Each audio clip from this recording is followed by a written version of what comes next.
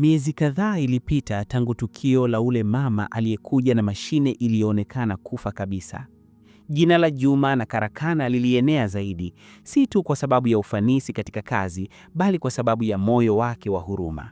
Katika kila kona ya Buguruni, watu walianza kusema, ukikwama, mtafute Juma, yule kijana na mikono ya baraka. Lakini mafanikio hayo yalikuja na kivuli chake.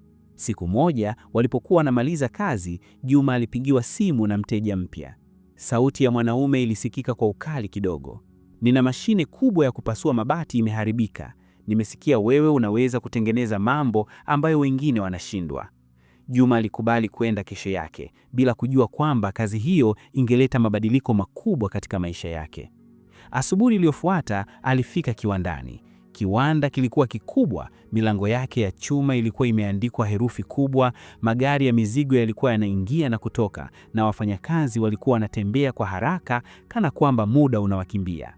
Alikuta mashine iliyoharibika ikiwa imesimama kama mlima mdogo wa chuma. Wataalam tayari walikuwa wamejaribu mara kadhaa kuikarabati bila mafanikio. Juma alipoikagua, aligundua sehemu iliyokuwa imeungua ndani kabisa, karibu sehemu ambayo ilihitaji maarifa ya juu ya umeme na umekaji chuma. Mmoja wa mafundi wa kiwanda alimcheka kwa dharau. Kijana wa mtaa kama wewe utaweza hii? Tumejaribu sisi wenye uzoefu na tumeshindwa.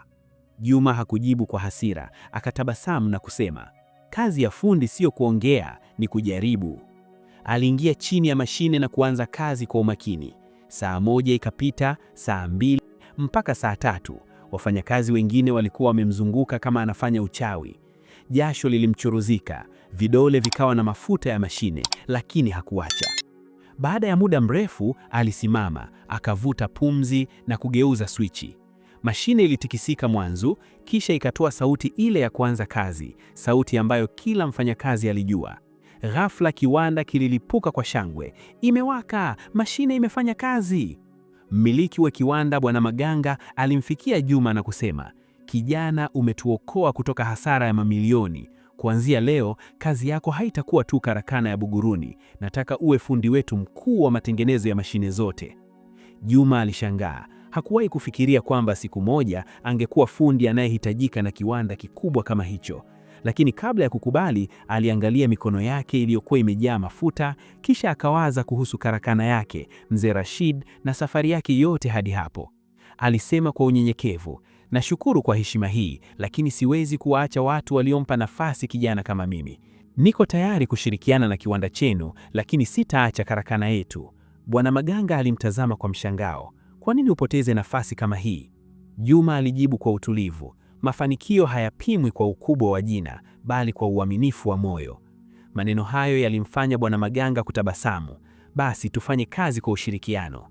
Kuanzia siku hiyo, karakana ya Juma na Mzee Rashid ilipanda nazi nyingine ya mafanikio. Wateja kutoka maeneo mapya, Mbagala, Kariakoo, Kawe, hata maeneo ya viwandani walianza kuja wakisikia kuhusu kijana aliyefufua mashine kubwa. Lakini pamoja na mafanikio hayo, changamoto nyingine ilijitokeza. Wafanyakazi wapya waliokuja kuomba kazi walikuwa ni wengi, lakini si wote walikuwa na nia njema. Baadhi walikuwa wakijifanya kujua, wengine wakiwa na uchu wa pesa ya haraka. Wakati fulani, mmoja wa wafanyakazi mpya, Hamisi, alianza kuiba vipuri vidogo vidogo na kuuza nje. Siku moja alimgundua akijaribu kutoroka na mfuko wenye vipuri. Hamisi alijifanya hana hatia, lakini ushahidi ulikuwa wazi. Alijaribu kumkabili, lakini Hamisi akajibu kwa ukali, nyinyi ndio mna pesa nyingi, sisi tutakufa na umaskini. Juma hakupandisha sauti, alisema kwa uzito, Hamisi, kila mtu ana nafasi ya kubadilisha maisha yake, lakini wizi haujawahi kumtoa mtu shimoni. Ukianza bila uaminifu, hata mafanikio yako yatadumu kwa muda mfupi. Hamisi alishusha kichwa, akatupa mfuko chini na kuondoka bila kusema neno. Tukio hilo lilimfanya Juma afikirie sana kuhusu mustakabali wa karakana yetu. Aliamua wakati umefika wa kuifanya biashara yao kuwa rasmi zaidi, kuwa na vitabu vya hisabu, sera za kazi na mafunzo ya kila wiki kwa wafanyakazi. Alitaka karakana yao iwe shule ya maisha kwa vijana wengine kama yeye. Siku moja, baada ya kufanya kazi mchana mtupa, Juma alikaa nje ya karakana akitazama taa za mji zikimulika anga. Upepo wa jioni ulikuwa laini na harufu ya chakula cha mtaani ilijaa hewani. Alipofikiria safari yake kutoka kijijini, safari iliyojawa na jasho, machozi ya mama, changamoto, kuchekwa, mafanikio na imani, alijua kwamba hakuja mjini kwa ajili ya maisha yake tu, bali kwa ajili ya watu wengi hawajaona mwanga wa ndoto zao. Hapo ndipo alitoa ahadi kwa moyo wake. Kutoka leo, karakana hii haitakuwa tu sehemu ya matengenezo, itakuwa nafasi ya kujenga watu.